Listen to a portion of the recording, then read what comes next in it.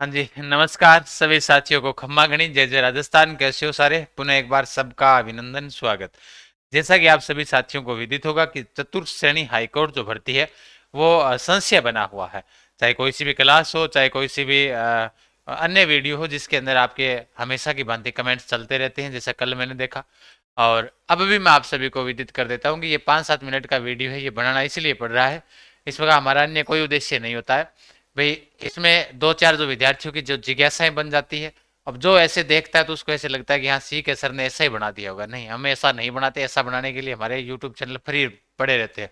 हम उस दौरान भी वीडियो नहीं डालते, सिर्फ क्लासें डालते हैं। मेन चीज क्या हो जाती है कि जब टीम के पास कॉल आने शुरू हो जाते हैं, और एक चीज हो भी जाती है, जब हमारा रिस्पॉन्सिबिलिटी आपके प्रति इतनी है कि भाई आप कोई भी विद्यार्थी होता है, कोई भी समस्या आती है उड़ान एजुकेशन परिवार की ओर से, जब भी टीम को कॉल करता है तो टीम उसे 100% संतुष्ट करती है। कारण क्या है कि उसको जवाब देती है। चाहे कोई समाज कोई भी मैसेज जो मेरे तक भिजवाना होता है, तो चाहे वो मेरे को क्लास के दौरान लाइन पर लेकर बात करनी पड़े, उस विद्यार्थी तक हम पहुंचने का पूर्ण रूप से प्रयास करते हैं, उसकी समस्या का सॉल्यूशन भी करते हैं। तो ये वीडियो 5-7 मिनट का ही है, इसमें आप दो चार बातें आपको सीखने को मिलेगी।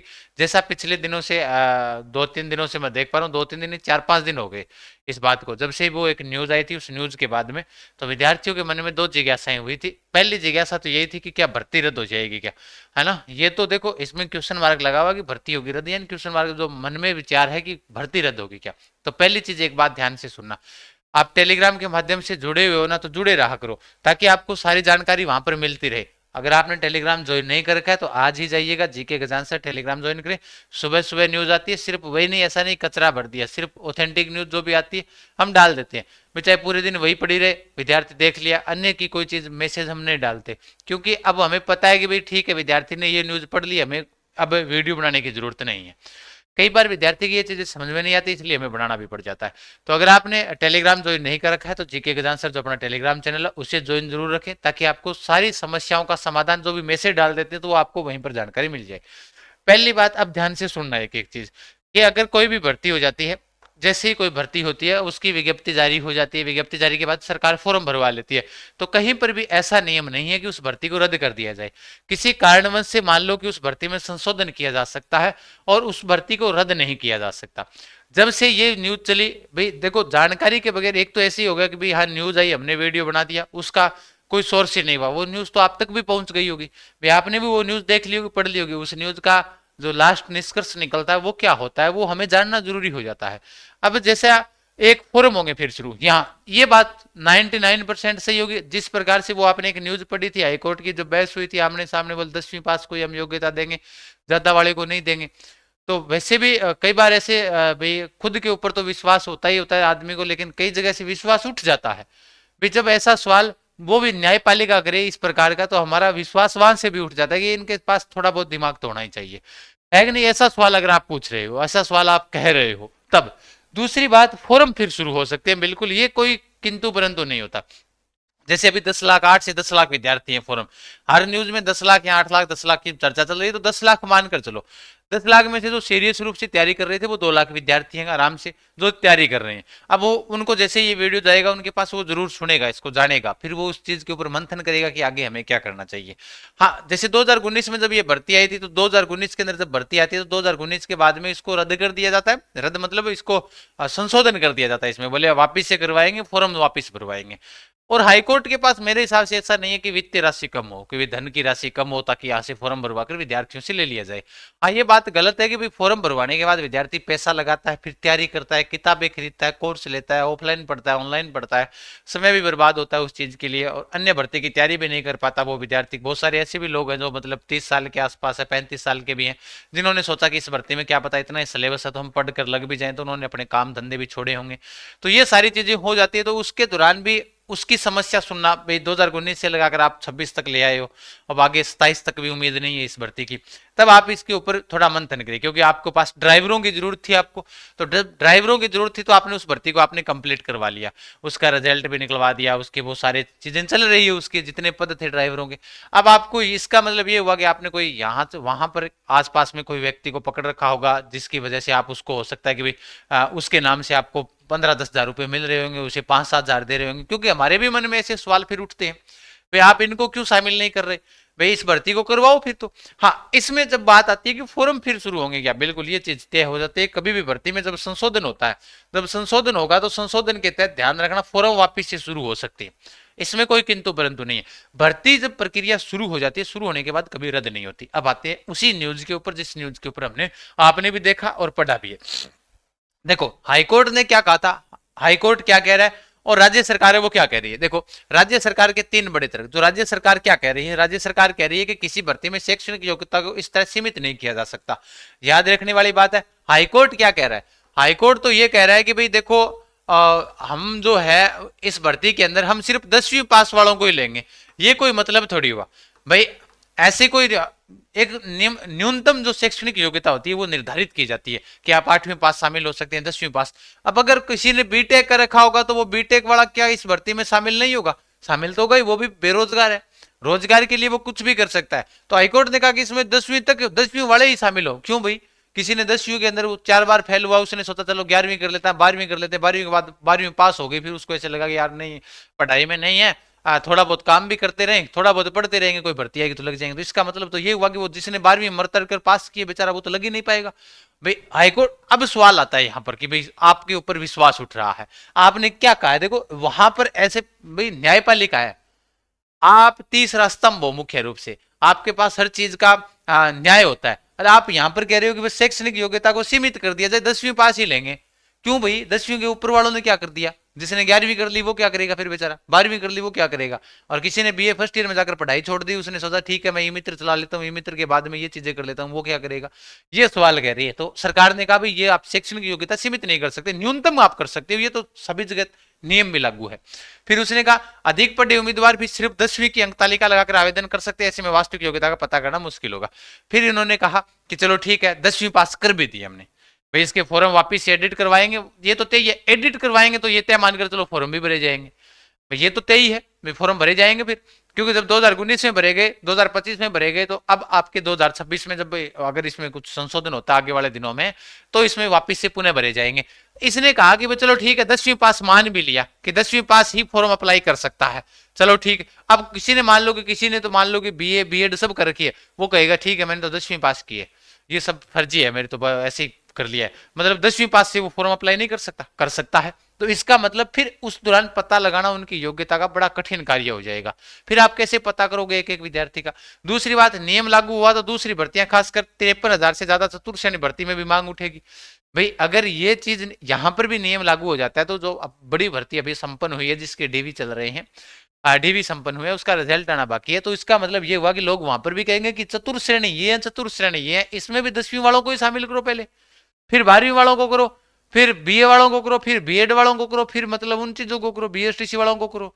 इस हिसाब से मतलब जो योग्यता, मतलब जिन्होंने कोई कोई व्यक्ति पीएचडी भी कर रखा है और उसका रैंक अच्छी आ रखी है तो वो ज्वाइन नहीं करेगा, फिर इसका मतलब उसकी तो बाद ही बाद में बारी आएगी, पहले उनको भरा जाएगा। विवाद तो यहाँ पर भी उठेगा। अगर यहाँ पर सरकार हाईकोर्ट खुद ये कह देगा तो ये विद्यार्थी हाईकोर्ट नहीं जा सकते क्या, जा सकते हैं, जाकर कह देंगे आपने भी तो ऐसा ही किया है, इस भर्ती में भी ऐसा ही करो, 10वीं वाले लगेंगे। तो शैक्षणिक योग्यता न्यूनतम हो सकती है, अधिकतम नहीं हो सकती, ठीक है। हाईकोर्ट का पक्ष जरूरतमंद बाहर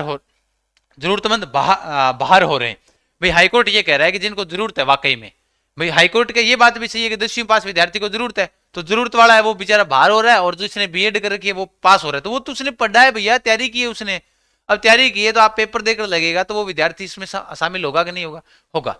तो भाई इसका मतलब ये नहीं हुआ हाईकोर्ट प्रशासन का कि चतुर्थ श्रेणी पदों में शारीरिक श्रम शामिल है। भाई इसमें चतुर्थ श्रेणी हाईकोर्ट के अंदर भाई शारीरिक श्रम शामिल है, नौकरी कोई भी हो, कोई सी भी नौकरी हो, नौकरी के अंदर शारीरिक श्रम करना ही पड़ेगा। जो मास्टर पढ़ाने के लिए जाता है वो 8 घंटे के बाद क्या वहां पर खड़ा रहकर पढ़ाता नहीं है, तो वो शारीरिक श्रम नहीं है। मतलब ऐसे खड़ा रह रहकर पढ़ाना लिखना बोलना ये शारीरिक श्रम नहीं है, हम पढ़ा रहे हैं ये शारीरिक श्रम नहीं है, हम कोई मजे थोड़ी कर रहे हैं, ऐसी लगी हुई है तो हमें भी पता है ना इसी के अंदर उसका बिल कैसे मैनेज किया जाता है, इस चीज का हमें पता है भाई। तो ये शारीरिक श्रम, ये मेहनत कर रहे हैं, मेहनत कर रहे हैं, बच्चों को पढ़ा रहे हैं तो बच्चे फीस देगा तो अपने आप ही बिल भरा जाएगा उसका। तो शारीरिक श्रम तो हर भर्ती के अंदर होगी, ड्यूटी करोगे तो आप कोई सी भी कर लो चाहे। तो ये तो तय है, बिजली विभाग के अंदर कोई लगा हुआ है तो उसको आईटीआई की जरूरत है, बोल तो उसमें ऐसे कहते थे 10वीं पास, कोई गांव में मिस्त्री भी बने हुए हैं वो भी तो शामिल हो सकते हैं, तो उसमें आईटीआई योग्यता क्यों है, क्योंकि शारीरिक श्रम है, उसमें भी तो शारीरिक श्रम है भाई। गाँव में बहुत सारे मिस्त्री हैं लाइट के, उनको शामिल करो ना, उनको सब कुछ आता है, आईटीआई वालों को ज्यादा आता है, उनको आता है कि नहीं आता, तो फिर इसका मतलब तो वही हो जाएंगे फिर शामिल। भाई उसमें आप योग्यता क्यों कर रहे हो? कहने का मतलब ये है कि भाई उसमें उच्च शिक्षा की जरूरत नहीं होती है, ज्यादा पढ़े चयनित हो जाते हैं, जबकि न्यूनतम योग्यता वाले आर्थिक एवं सामाजिक रूप से कमजोर अभ्यर्थी बाहर हो जाते हैं। उच्च शिक्षित उम्मीदवार बेहतर नौकरी मिलने पर पद छोड़ देते हैं, जिससे व्यवस्था प्रभावित होती है। तो भैया पद छोड़ देते हैं तो आप नियम ये बनाओ ना कि इसमें अगर ज्वाइन करने के बाद आप 3 साल पद छोड़ ही नहीं सकते, ये नियम बनाओ नया। भाई अगर आपने पद को ज्वाइन कर लिया तो 3 साल छोड़ नहीं सकते आप। अगर छोड़ोगे तो भैया सीधी सी बात है, हर्जाना लगेगा, जुर्माना लगेगा, 5 लाख 10 लाख निर्धारित कर दो, छोड़ दे क्यों बाण है, नहीं छोड़ेगा। नियम बनाओ, ऐसा थोड़ी होता है कि भाई आप इन्हीं को शामिल करो, ऊपर वालों को शामिल ना करो। अब 10वीं वाले तो कहेंगे, अब इस वीडियो पर कहेंगे कि गुरुजी आपको क्या आपत्ति है, हमें लगने को दो तो हमें मौका अच्छा मिल रहा है। 12वीं वाले ये कहेंगे अच्छा सवाल किया सर आपने, ये बात अच्छी बताई। तो वही चीज है, मेन चीज। अब भर्ती रद्द नहीं होगी, ये जो आपने न्यूज देखी थी जिसके अंदर ये वाली चीजें आपने देखा होगा, उसके बाद में फाइल को दूसरी बार वापस लौटा दिया गया। देखो इसमें लगातार चल रहे, हाईकोर्ट ने अधीनस्थ न्यायालयों में नियमों में संशोधन को मंजूरी देने का प्रस्ताव सरकार को भेजा था, लेकिन सरकार ने दूसरी बार भी असहमति जताते हुए फाइल लौटा दी है। पहले ऐसा नहीं हो सकता। अब फाइल लौटाते रहेंगे, आते रहेंगे, जाते रहेंगे, विद्यार्थी बेचारा परेशान होता रहेगा। आखिरकार भर्ती करवाई जाए, सरकार से भी मांगे, सभी रोजगार बेरोजगार नेता है उनसे भी मांगे कि वो भी मांग को उठाए। भाई सरकार के सामने पक्ष रखें, आपकी मीटिंग नहीं हो रही है तो वहां पर इस भर्ती को क्यों नहीं उठाया जा रहा है, इसकी तैयारी नहीं कर रहे। वो 10 लाख अभ्यर्थी जिन्होंने फॉर्म भर रखा है, जिन्होंने पैसा कटा रखा है, क्या वो तैयारी नहीं कर रहे? अब इसमें फॉर्म वापस से भरवाएंगे तो उस दौरान क्या होगा कि भाई वापस से इसमें क्या हो जाएगा, फीस लेंगे जो नए विद्यार्थी होंगे, फिर इसका मतलब फिर कि भाई इनको शामिल क्यों कर रहे हो, और इतने में पहले वाले ओवर एज हो जाएंगे। ये आपका तो उद्देश्य यही है। 7-7 साल से कोई विद्यार्थी इंतजार कर रहा है नौकरी का, इस भर्ती के पीछे लगा हुआ है तैयारी करते हुए, उसने काम धंधा छोड़ा होगा तो उनका हर्जाना कौन भरेगा? आप तो आपके नियमों में लगे रहोगे। उस गरीब आदमी की क्या हालत होगी, वो किसी ने सोचा नहीं है। अच्छा फिर उसके बाद में ये वाली चीज है, योग्यता को लेकर तय मतलब चल रही है बात। भाई अधिसूचना जारी कर चतुर्थ श्रेणी भर्ती में न्यूनतम योग्यता 10वीं तय करते हुए साक्षात्कार में 10वीं पास को प्राथमिकता देने का प्रावधान ही किया है। तो ऐसा नहीं हो सकता। न्यूनतम शैक्षणिक योग्यता निर्धारित की जा सकती है, उच्चतम नहीं कर सकते कि आप 10वीं पास हो तभी ही आप इसमें शामिल होंगे। यानी ऐसे तो बहुत सारे मिलेंगे, मिलेंगे ही नहीं इस प्रकार से, क्योंकि उसने कहीं ना कहीं 11वीं कर रखी होगी, या फिर 10वीं में वो फेल हो गया होगा, या वो ओवरेज हो गया होगा। तो 10वीं पास विद्यार्थी के अंदर तो इसमें शामिल हो ही नहीं पाएंगे, फिर उस हिसाब से तो कंप्लीट नहीं होंगे। जितने आपके पद है उतने फॉर्म ही भरे जाएंगे, फिर किसी न किसी माध्यम से तो वो पढ़ाई होगा। फिर उसके बाद ये लगातार चली रही थी, पीछे वाली न्यूज थी 6 साल से टिकी हुई भर्ती थी, अप्रैल में होगी। अप्रैल में जब न्यूज आई थी तो उस दौरान एक चीज हमने नोटिस नहीं की थी। अब आप इस चीज को देख लीजिएगा आराम से बढ़िया तरीके से।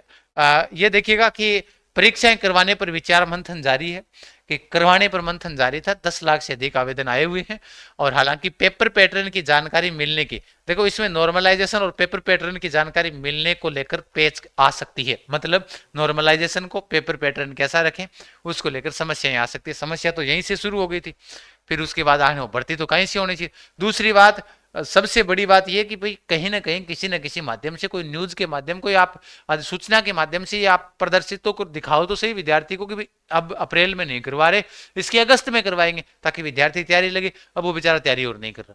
तो कम से कम इन चीजों पर आप नियम बनाइएगा सही ढंग से तरीके से, मांग उठाएं। जो बेरोजगार संघ के जो नेता है उनसे भी निवेदन है कि वो भी इन चीजों की मांग उठाएं। भाई क्योंकि आपको विद्यार्थियों ने चुना, आप विद्यार्थियों के चहेते हो। हम ये नहीं कह रहे आपके ऊपर इल्जाम नहीं लगा रहे, आप विद्यार्थियों के चहेते हो, आपके पास विद्यार्थी जुड़ा हुआ है, आपसे ही मांग करेगा वो। क्योंकि हम कहाँ कहाँ जाएंगे भाई, हम चले जाएंगे तो विद्यार्थी नहीं आएंगे। विद्यार्थी का कार्य ये नहीं होता, विद्यार्थी का कार्य पढ़ने का होता है, वो राजनीति नहीं करता। राजनीति करने वाले करो आराम से, युवा विधायक नेता जो भी है सांसद है उनका कार्य है ये।